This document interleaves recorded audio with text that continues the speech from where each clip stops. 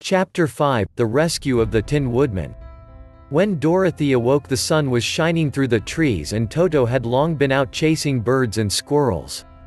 She sat up and looked around her. There was the Scarecrow, still standing patiently in his corner, waiting for her. "We must go and search for water," she said to him. "Why do you want water?" he asked. "To wash my face clean after the dust of the road, and to drink, so the dry bread will not stick in my throat." "It must be inconvenient to be made of flesh," said the Scarecrow, thoughtfully, "for you must sleep, and eat and drink. However, you have brains, and it is worth a lot of bother to be able to think properly." They left the cottage and walked through the trees until they found a little spring of clear water, where Dorothy drank and bathed and ate her breakfast. She saw there was not much bread left in the basket, and the girl was thankful the Scarecrow did not have to eat anything, for there was scarcely enough for herself and Toto for the day. When she had finished her meal, and was about to go back to the road of yellow brick, she was startled to hear a deep groan nearby. "What was that?" she asked, timidly. "I cannot imagine," replied the Scarecrow, "but we can go and see." Just then another groan reached their ears, and the sound seemed to come from behind them. They turned and walked through the forest a few steps, when Dorothy discovered something shining in a ray of sunshine that fell between the trees. She ran to the place, and then stopped short, with a cry of surprise. One of the big trees had been partly chopped through, and standing beside it, with an uplifted axe in his hands, was a man made entirely of tin. His head and arms and legs were jointed upon his body, but he stood perfectly motionless, as if he could not stir at all. Dorothy looked at him in amazement, and so did the Scarecrow, while Toto barked sharply and made a snap at the tin legs, which hurt his teeth. "Did you groan?" asked Dorothy. "Yes," answered the Tin Man, "I did. I've been groaning for more than a year, and no one has ever heard me before or come to help me." "What can I do for you?" she inquired, softly, for she was moved by the sad voice in which the man spoke. "Get an oil can and oil my joints," he answered. "They are rusted so badly that I cannot move them at all. If I am well oiled I shall soon be all right again. You will find an oil can on a shelf in my cottage." Dorothy at once ran back to the cottage and found the oil can, and then she returned and asked, anxiously, "Where are your joints?" "Oil my neck first," replied the Tin Woodman. So she oiled it, and as it was quite badly rusted, the Scarecrow took hold of the tin head and moved it gently from side to side until it worked freely, and then the man could turn it himself. "Now oil the joints in my arms," he said. And Dorothy oiled them, and the Scarecrow bent them carefully until they were quite free from rust and as good as new. The Tin Woodman gave a sigh of satisfaction and lowered his axe, which he leaned against the tree. "This is a great comfort," he said. "I have been holding that axe in the air ever since I rusted, and I'm glad to be able to put it down at last. Now, if you will oil the joints of my legs, I shall be all right once more." So they oiled his legs until he could move them freely, and he thanked them again and again for his release, for he seemed a very polite creature, and very grateful. "I might have stood there always if you had not come along," he said, "so you have certainly saved my life. How did you happen to be here?" "We are on our way to the Emerald City, to see the Great Oz," she answered, "and we stopped at your cottage to pass the night." "Why do you wish to see Oz?" he asked. "I want him to send me back to Kansas, and the Scarecrow wants him to put a few brains into his head," she replied. The Tin Woodman appeared to think deeply for a moment. Then he said, "Do you suppose Oz could give me a heart?" "Why, I guess so," Dorothy answered. "It would be as easy as to give the Scarecrow brains." "True," the Tin Woodman returned. "So, if you will allow me to join your party, I will also go to the Emerald City and ask Oz to help me." "Come along," said the Scarecrow, heartily, and Dorothy added that she would be pleased to have his company. So the Tin Woodman shouldered his axe and they all passed through the forest until they came to the road that was paved with yellow brick. The Tin Woodman had asked Dorothy to put the oil can in her basket. "For," he said, "if I should get caught in the rain, and rust again, I would need the oil can badly." It was a bit of good luck to have their new comrade join the party, for soon after they had begun their journey again they came to a place where the trees and branches grew so thick over the road that the travelers could not pass. But the Tin Woodman set to work with his axe and chopped so well that soon he cleared a passage for the entire party.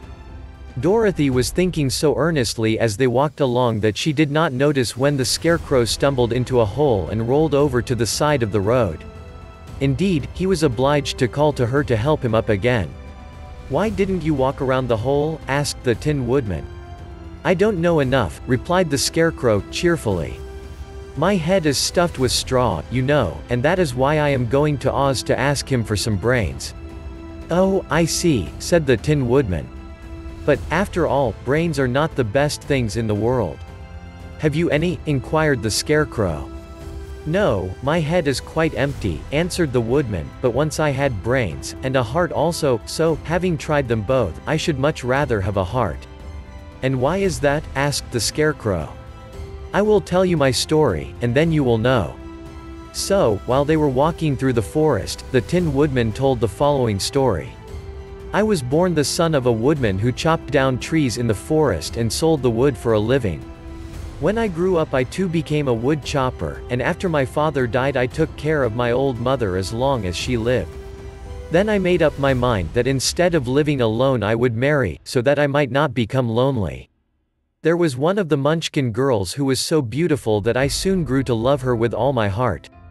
She, on her part, promised to marry me as soon as I could earn enough money to build a better house for her, so I set to work harder than ever.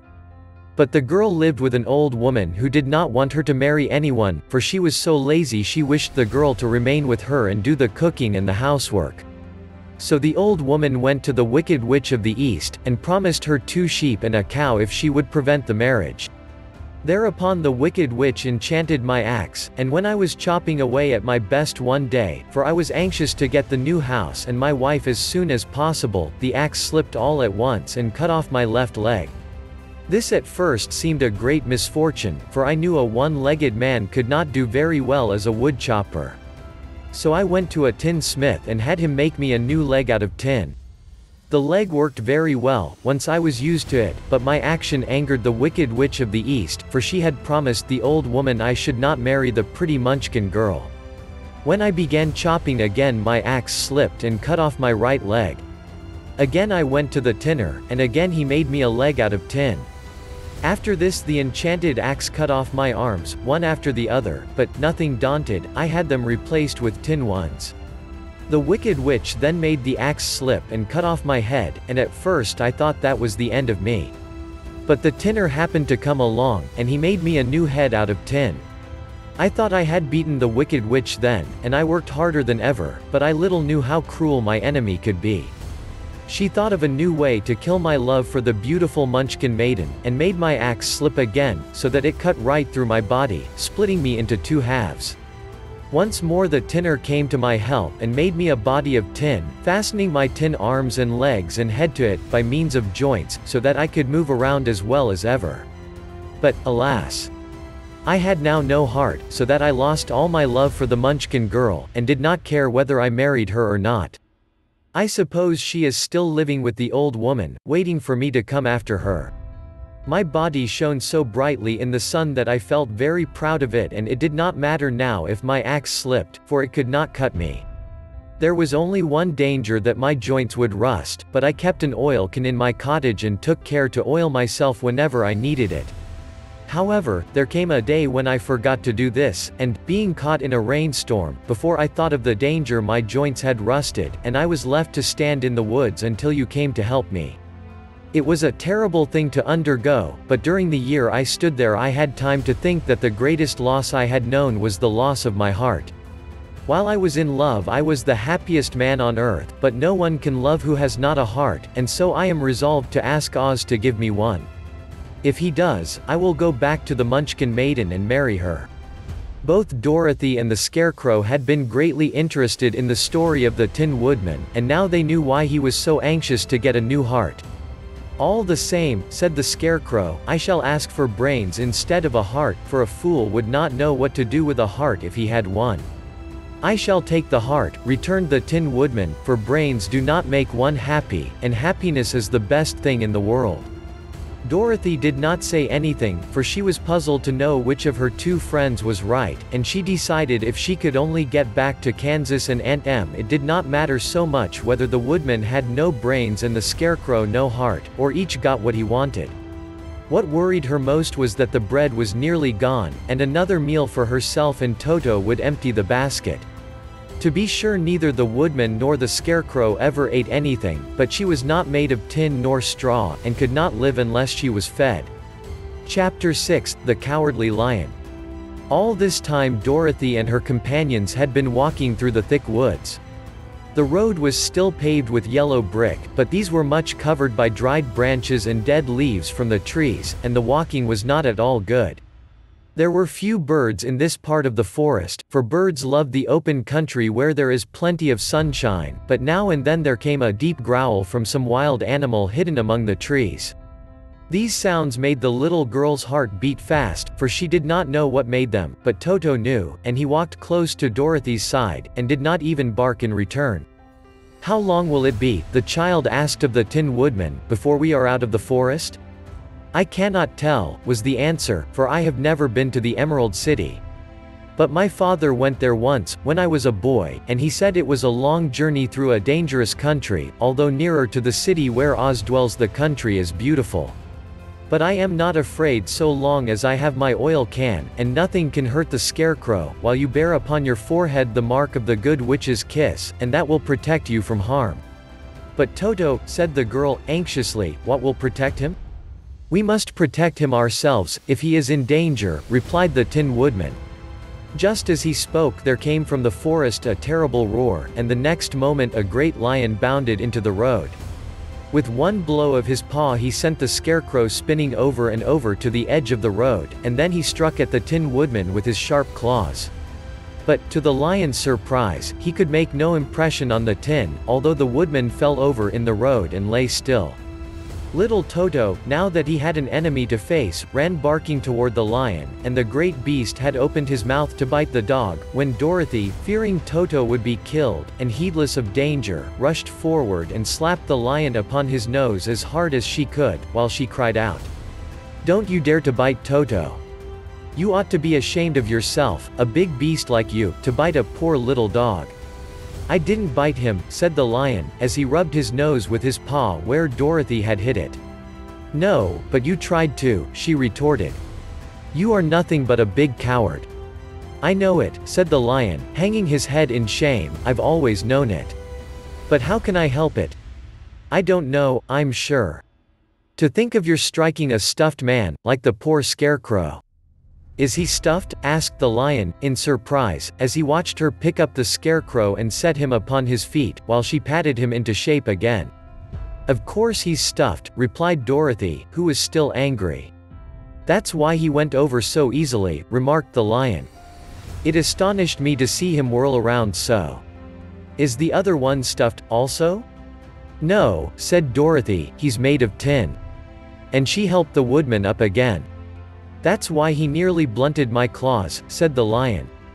"When they scratched against the tin it made a cold shiver run down my back." "What is that little animal you are so tender of?" "He is my dog, Toto," answered Dorothy. "Is he made of tin, or stuffed?" asked the lion.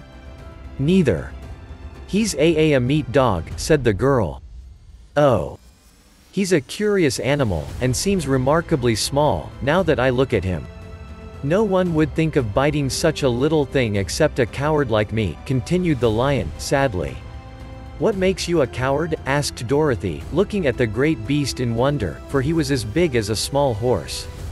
"It's a mystery," replied the lion. "I suppose I was born that way. All the other animals in the forest naturally expect me to be brave, for the lion is everywhere thought to be the king of beasts. I learned that if I roared very loudly every living thing was frightened and got out of my way. Whenever I've met a man I've been awfully scared, but I just roared at him, and he has always run away as fast as he could go. If the elephants and the tigers and the bears had ever tried to fight me, I should have run myself. I'm such a coward, but just as soon as they hear me roar they all try to get away from me, and of course I let them go. But that isn't right. The king of beasts shouldn't be a coward, said the scarecrow. I know it, returned the lion, wiping a tear from his eye with the tip of his tail. It is my great sorrow, and makes my life very unhappy. But whenever there is danger my heart begins to beat fast. Perhaps you have heart disease, said the Tin Woodman. It may be, said the lion.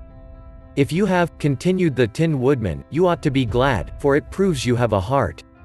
For my part, I have no heart, so I cannot have heart disease. Perhaps, said the lion thoughtfully, if I had no heart I should not be a coward. Have you brains? Asked the scarecrow. I suppose so. I've never looked to see, replied the lion. I am going to the Great Oz to ask him to give me some, remarked the scarecrow, for my head is stuffed with straw. And I am going to ask him to give me a heart, said the woodman. And I am going to ask him to send Toto and me back to Kansas, added Dorothy. Do you think Oz could give me courage? Asked the cowardly lion. Just as easily as he could give me brains, said the scarecrow. Or give me a heart, said the Tin Woodman. Or send me back to Kansas, said Dorothy. Then, if you don't mind, I'll go with you, said the lion, for my life is simply unbearable without a bit of courage. You will be very welcome, answered Dorothy, for you will help to keep away the other wild beasts. It seems to me they must be more cowardly than you are if they allow you to scare them so easily. They really are, said the lion, but that doesn't make me any braver, and as long as I know myself to be a coward I shall be unhappy. So once more the little company set off upon the journey, the lion walking with stately strides at Dorothy's side. Toto did not approve this new comrade at first, for he could not forget how nearly he had been crushed between the lion's great jaws, but after a time he became more at ease, and presently Toto and the cowardly lion had grown to be good friends. During the rest of that day there was no other adventure to mar the peace of their journey. Once, indeed, the Tin Woodman stepped upon a beetle that was crawling along the road, and killed the poor little thing. This made the Tin Woodman very unhappy, for he was always careful not to hurt any living creature, and as he walked along he wept several tears of sorrow and regret. These tears ran slowly down his face and over the hinges of his jaw, and there they rusted. When Dorothy presently asked him a question the Tin Woodman could not open his mouth, for his jaws were tightly rusted together. He became greatly frightened at this and made many motions to Dorothy to relieve him, but she could not understand. The lion was also puzzled to know what was wrong. But the scarecrow seized the oil can from Dorothy's basket and oiled the woodman's jaws, so that after a few moments he could talk as well as before. This will serve me a lesson, said he, to look where I step. For if I should kill another bug or beetle I should surely cry again, and crying rusts my jaw so that I cannot speak. Thereafter he walked very carefully, with his eyes on the road, and when he saw a tiny ant toiling by he would step over it, so as not to harm it. The Tin Woodman knew very well he had no heart, and therefore he took great care never to be cruel or unkind to anything. You people with hearts, he said, have something to guide you, and need never do wrong, but I have no heart, and so I must be very careful. When Oz gives me a heart of course I needn't mind so much. Chapter 7, The Journey to the Great Oz. They were obliged to camp out that night under a large tree in the forest, for there were no houses near. The tree made a good, thick covering to protect them from the dew, and the Tin Woodman chopped a great pile of wood with his axe and Dorothy built a splendid fire that warmed her and made her feel less lonely. She and Toto ate the last of their bread, and now she did not know what they would do for breakfast. If you wish, said the lion, I will go into the forest and kill a deer for you. You can roast it by the fire, since your tastes are so peculiar that you prefer cooked food, and then you will have a very good breakfast. Don't. Please don't, begged the Tin Woodman. I should certainly weep if you killed a poor deer, and then my jaws would rust again. But the lion went away into the forest and found his own supper, and no one ever knew what it was, for he didn't mention it. And the scarecrow found a tree full of nuts and filled Dorothy's basket with them, so that she would not be hungry for a long time. She thought this was very kind and thoughtful of the scarecrow, but she laughed heartily at the awkward way in which the poor creature picked up the nuts. His padded hands were so clumsy and the nuts were so small that he dropped almost as many as he put in the basket. But the scarecrow did not mind how long it took him to fill the basket, for it enabled him to keep away from the fire, as he feared a spark might get into his straw and burn him up. So he kept a good distance away from the flames, and only came near to cover Dorothy with dry leaves when she lay down to sleep. These kept her very snug and warm, and she slept soundly until morning. When it was daylight, the girl bathed her face in a little rippling brook, and soon after they all started toward the Emerald City. This was to be an eventful day for the travelers. They had hardly been walking an hour when they saw before them a great ditch that crossed the road and divided the forest as far as they could see on either side. It was a very wide ditch, and when they crept up to the edge and looked into it, they could see it was also very deep, and there were many big, jagged rocks at the bottom. The sides were so steep that none of them could climb down, and for a moment it seemed that their journey must end. "What shall we do?" asked Dorothy, despairingly. "I haven't the faintest idea," said the Tin Woodman, and the lion shook his shaggy mane and looked thoughtful. But the scarecrow said, "We cannot fly, that is certain, neither can we climb down into this great ditch. Therefore, if we cannot jump over it, we must stop where we are." "I think I could jump over it," said the Cowardly Lion, after measuring the distance carefully in his mind. "Then we are all right," answered the scarecrow, "for you can carry us all over on your back, one at a time." "Well, I'll try it," said the lion. "Who will go first?" "I will," declared the scarecrow, "for, if you found that you could not jump over the gulf, Dorothy would be killed, or the Tin Woodman badly dented on the rocks below. But if I am on your back it will not matter so much, for the fall would not hurt me at all." "I am terribly afraid of falling, myself," said the Cowardly Lion, "but I suppose there is nothing to do but try it. So get on my back and we will make the attempt." The scarecrow sat upon the lion's back, and the big beast walked to the edge of the gulf and crouched down. "Why don't you run and jump?" asked the scarecrow. "Because that isn't the way we lions do these things," he replied. Then, giving a great spring, he shot through the air and landed safely on the other side. They were all greatly pleased to see how easily he did it, and after the scarecrow had got down from his back, the lion sprang across the ditch again. Dorothy thought she would go next, so she took Toto in her arms and climbed on the lion's back, holding tightly to his mane with one hand. The next moment it seemed as if she was flying through the air, and then, before she had time to think about it, she was safe on the other side. The lion went back a third time and got the Tin Woodman, and then they all sat down for a few moments to give the beast a chance to rest, for his great leaps had made his breath short, and he panted like a big dog that has been running too long. They found the forest very thick on this side, and it looked dark and gloomy. After the lion had rested, they started along the road of yellow brick, silently wondering, each in his own mind, if ever they would come to the end of the woods and reach the bright sunshine again. To add to their discomfort, they soon heard strange noises in the depths of the forest, and the lion whispered to them that it was in this part of the country that the Kalidas lived. "What are the Kalidas?" asked the girl. "They are monstrous beasts with bodies like bears and heads like tigers," replied the lion, "and with claws so long and sharp that they could tear me in two as easily as I could kill Toto. I'm terribly afraid of the Kalidas." "I'm not surprised that you are," returned Dorothy, "they must be dreadful beasts." The lion was about to reply when suddenly they came to another gulf across the road, but this one was so broad and deep that the lion knew at once he could not leap across it. So they sat down to consider what they should do, and after serious thought the scarecrow said, "Here is a great tree, standing close to the ditch. If the Tin Woodman can chop it down, so that it will fall to the other side, we can walk across it easily." "That is a first-rate idea," said the lion. "One would almost suspect you had brains in your head, instead of straw." The woodman set to work at once, and so sharp was his axe that the tree was soon chopped nearly through.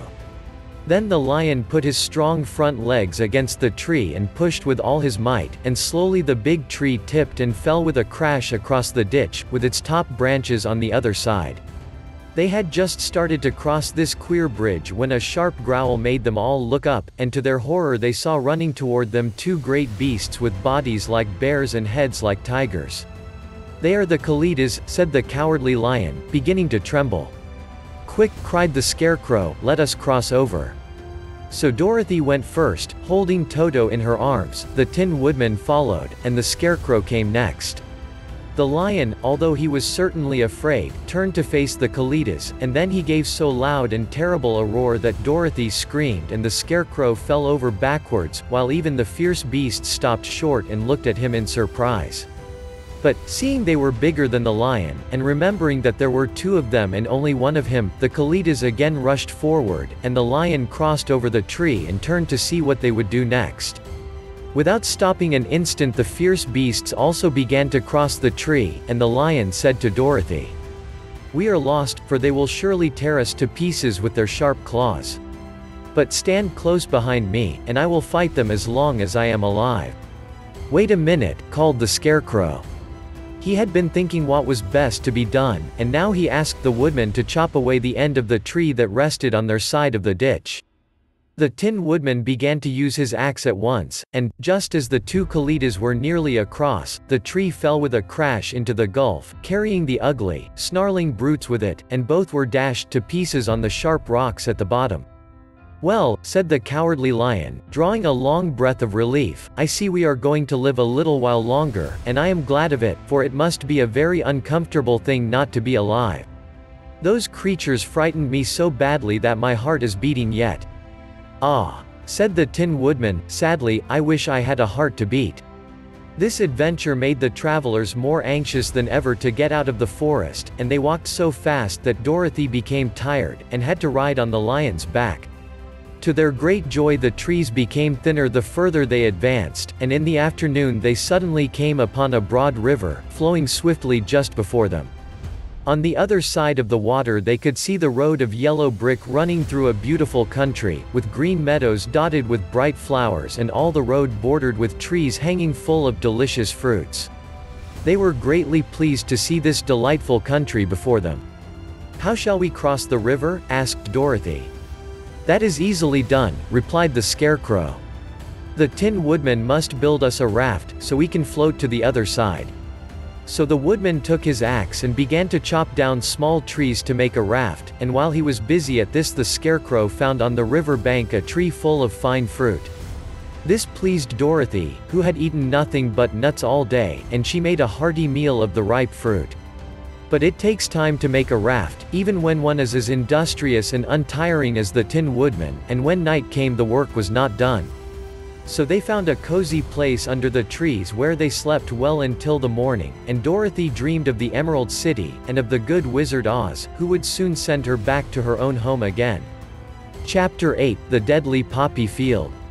Our little party of travelers awakened next morning refreshed and full of hope, and Dorothy breakfasted like a princess off peaches and plums from the trees beside the river.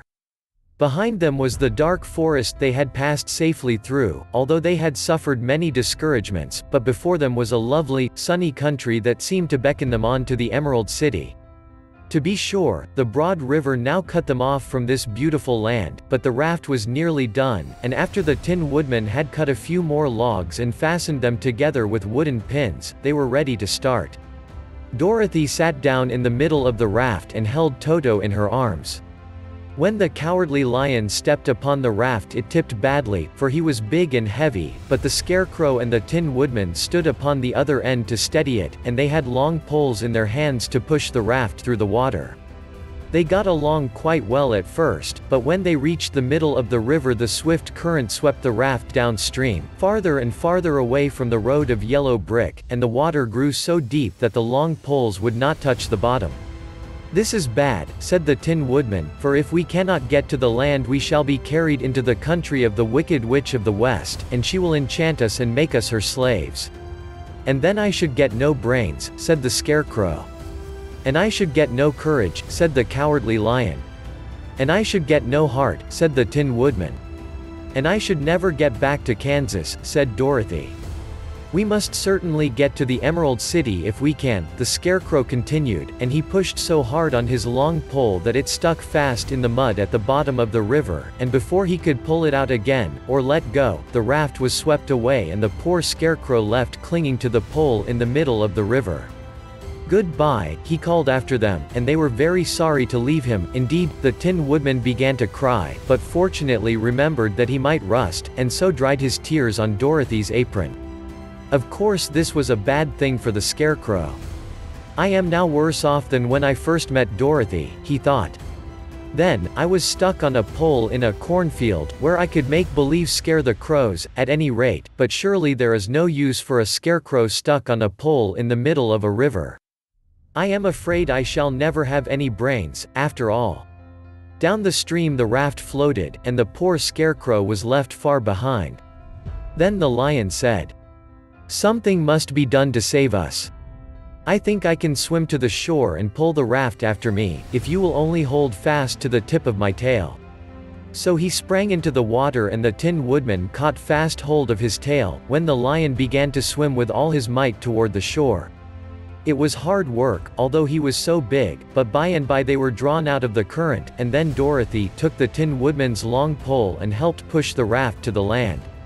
They were all tired out when they reached the shore at last and stepped off upon the pretty green grass, and they also knew that the stream had carried them a long way past the road of yellow brick that led to the Emerald City. "What shall we do now?" asked the Tin Woodman, as the Lion lay down on the grass to let the sun dry him. "We must get back to the road, in some way," said Dorothy. "The best plan will be to walk along the river bank until we come to the road again," remarked the Lion. So, when they were rested, Dorothy picked up her basket and they started along the grassy bank, back to the road from which the river had carried them. It was a lovely country, with plenty of flowers and fruit trees and sunshine to cheer them, and had they not felt so sorry for the poor Scarecrow they could have been very happy. They walked along as fast as they could, Dorothy only stopping once to pick a beautiful flower, and after a time the Tin Woodman cried out, "Look!" Then they all looked at the river and saw the Scarecrow perched upon his pole in the middle of the water, looking very lonely and sad. "What can we do to save him?" asked Dorothy. The Lion and the Woodman both shook their heads, for they did not know. So they sat down upon the bank and gazed wistfully at the Scarecrow until a stork flew by, which, seeing them, stopped to rest at the water's edge. "Who are you, and where are you going?" asked the stork. "I am Dorothy," answered the girl, "and these are my friends, the Tin Woodman and the Cowardly Lion, and we are going to the Emerald City." "This isn't the road," said the stork, as she twisted her long neck and looked sharply at the queer party.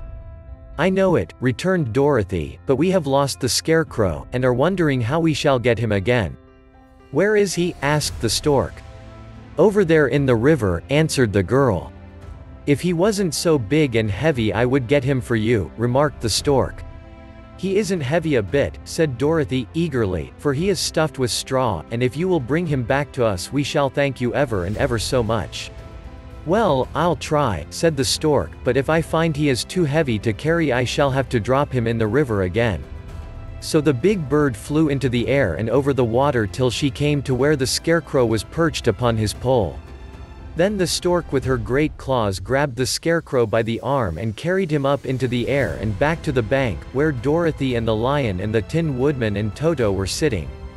When the Scarecrow found himself among his friends again he was so happy that he hugged them all, even the Lion and Toto, and as they walked along he sang "Tal de re de o" at every step, he felt so gay. "I was afraid I should have to stay in the river forever," he said, "but the kind stork saved me, and if I ever get any brains I shall find the stork again and do it some kindness in return." "That's all right," said the stork, who was flying along beside them. "I always like to help anyone in trouble. But I must go now, for my babies are waiting in the nest for me. I hope you will find the Emerald City and that Oz will help you." "Thank you," replied Dorothy, and then the kind stork flew into the air and was soon out of sight. They walked along listening to the singing of the bright-colored birds and looking at the lovely flowers which now became so thick that the ground was carpeted with them. There were big yellow and white and blue and purple blossoms, besides great clusters of scarlet poppies, which were so brilliant in color they almost dazzled Dorothy's eyes. "Aren't they beautiful?" the girl asked, as she breathed in the spicy scent of the flowers. "I suppose so," answered the Scarecrow. "When I have brains I shall probably like them better. If I only had a heart I should love them," added the Tin Woodman. "I always did like flowers," said the Lion, "they seem so helpless and frail. But there are none in the forest so bright as these." They now came upon more and more of the big scarlet poppies, and fewer of the other flowers, and soon they found themselves in the midst of a great meadow of poppies. Now it is well known that when there are many of these flowers together their odor is so powerful that anyone who breathes it falls asleep, and if the sleeper is not carried away from the scent of the flowers he sleeps on and on forever. But Dorothy did not know this, nor could she get away from the bright red flowers that were everywhere about, so presently her eyes grew heavy and she felt she must sit down to rest and to sleep. But the Tin Woodman would not let her do this. "We must hurry and get back to the road of yellow brick before dark," he said, and the Scarecrow agreed with him. So they kept walking until Dorothy could stand no longer. Her eyes closed in spite of herself and she forgot where she was and fell among the poppies, fast asleep. "What shall we do?" asked the Tin Woodman. "If we leave her here she will die," said the Lion. "The smell of the flowers is killing us all. I myself can scarcely keep my eyes open and the dog is asleep already." It was true, Toto had fallen down beside his little mistress. But the Scarecrow and the Tin Woodman, not being made of flesh, were not troubled by the scent of the flowers. "Run fast," said the Scarecrow to the Lion, "and get out of this deadly flower bed as soon as you can. We will bring the little girl with us, but if you should fall asleep you are too big to be carried." So the Lion aroused himself and bounded forward as fast as he could go. In a moment he was out of sight. "Let us make a chair with our hands, and carry her," said the Scarecrow. So they picked up Toto and put the dog in Dorothy's lap, and then they made a chair with their hands for the seat and their arms for the arms and carried the sleeping girl between them through the flowers. On and on they walked, and it seemed that the great carpet of deadly flowers that surrounded them would never end. They followed the bend of the river, and at last came upon their friend the Lion, lying fast asleep among the poppies. The flowers had been too strong for the huge beast and he had given up, at last, and fallen only a short distance from the end of the poppy bed, where the sweet grass spread in beautiful green fields before them. "We can do nothing for him," said the Tin Woodman, sadly, "for he is much too heavy to lift. We must leave him here to sleep on forever, and perhaps he will dream that he has found courage at last." "I'm sorry," said the Scarecrow, "the Lion was a very good comrade for one so cowardly. But let us go on." They carried the sleeping girl to a pretty spot beside the river, far enough from the poppy field to prevent her breathing any more of the poison of the flowers, and here they laid her gently on the soft grass and waited for the fresh breeze to waken her.